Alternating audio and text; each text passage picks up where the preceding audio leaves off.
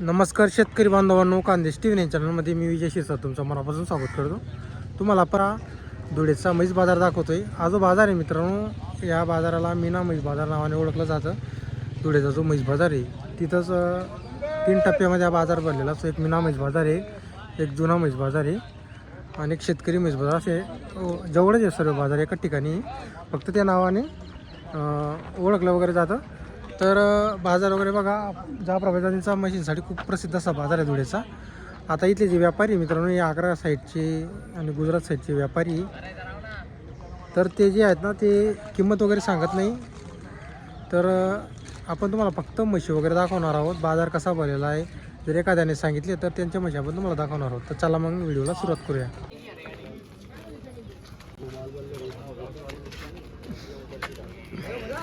तर बघा मित्रांनो, ही म्हैस बघा.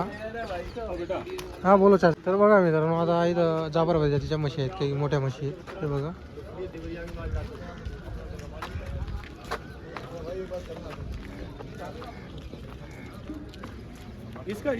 क्या तोल पे क्या भैया? अभी 15 क्या भाव इसका? 2,30,000 बोले. 2,30,000 बोल रहे. दूध कितना देगी भैंस?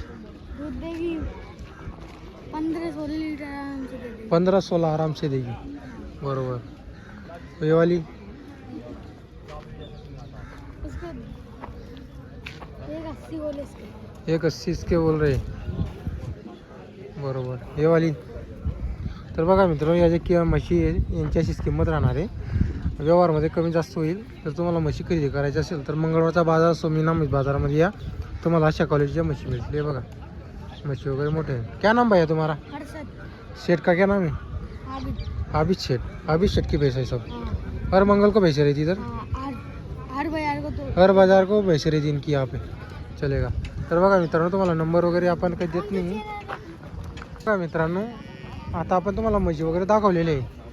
म्हणजे ते किमती कसं आहे, आता कोणाची 1,80 असेल, कोणाची 1,70, कोणाची 2च्या पुढं पण असतील या म्हशी. त्यांचा आपण काही नंबर वगैरे घेतलेला नाही. जर तुम्हाला म्हशी खरेदी करायची असतील तर मंगळवारी येऊ शकता तुम्ही.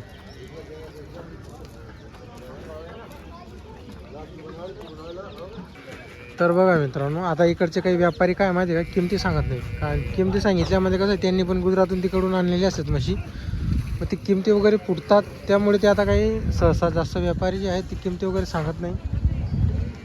एखादे राहिले ते किंमत सांगतात. मग ते पण सांगतील तर मग 1.5 लाखची म्हैस असेल तर तिची 3 लाख किंमत सांगतात. 2 लाखची म्हैस असेल तिची 4-5 लाख सांगतात. अशी किमती सांगतात. त्यामुळे कसं आहे, आपण पण जास्त काही किमती वगैरे विचारत नाही. तुम्हाला फक्त बाजार वगैरे दाखवून देतो कशा क्वालिटीच्या म्हशी आलेल्या आहे. हे बघा, एकदम मोठ्या मोठ्या म्हशी आहे. म्हणजे कसं उन्हाळा जरी राहिला ना मित्रांनो, काही बाजार काही बंद वगैरे पडत नाही. फक्त एवढं आहे, म्हशी बाजारामध्ये कमी येतात. तर याचं कारण कसं आहे माहिती आहे का, घेणारे पण कमी असतात शेतकरी. आता उन्हाळ्यामुळं जास्त म्हशी कोणी घेत नाही. चाराचं कोणाची टंचाई वगैरे असते. आता म्हशीचे पण रेट वाढून जातात. गुजरातकडे म्हशी मिळत नाही जास्त करून. मिळतात मध्ये तिकडून टाईट भावाने आणलेली असतात, मग इकडं पण ते टाईटच विकतात मग उन्हाळ्यामध्ये. तर त्यामुळे कसं आहे, आपल्याला असं वाटतं की उन्हाळा लागला म्हणजे म्हशींची किंमत कमी होऊन जाईल, म्हैस स्वस्त होऊन जाईल. तर तसं काहीच नाही. उलट म्हशींची जास्त किंमत उन्हाळ्यामध्येच आपल्याला पाहायला भेटते. हे बघा, बाजार वगैरे बघा तुम्ही. नाही ते एवढं गर्दी असते इथं, जबरदस्त अशी गर्दी इथं पाहायला भेटते आपल्याला. पण सध्याचे बाजार वगैरे बघू शकता तुम्ही. आता आपण काही पुढे जास्त जात नाही, तर तुम्हाला आपण एक दाखवलेलं आहे की बाजार वगैरे कसे भरताय सध्याचे.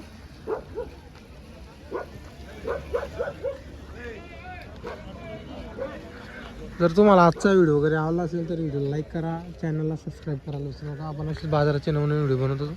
आता कसं आहे, आपण तुम्हाला बरेचसे असे बाजार दाखवणार होतो, पण कसं आहे उन्हाळ्यामध्ये असं तर बघा, एवढा महाराष्ट्रात सुप्रसिद्ध बाजारमध्ये एवढ्या कमी म्हशी. तर आपण जर छोट्या बाजाराला गेलो तर समजा आपण मालेगाव समजा, चाळीस, असे भरपूर बाजार आहे वरखडी, तर तिथं पण म्हशी खूप कमीच असणार आहे. तर त्यामुळे आपण सध्या तुम्हाला आता काही जास्त बाजार दाखवत नाही त्यामुळं.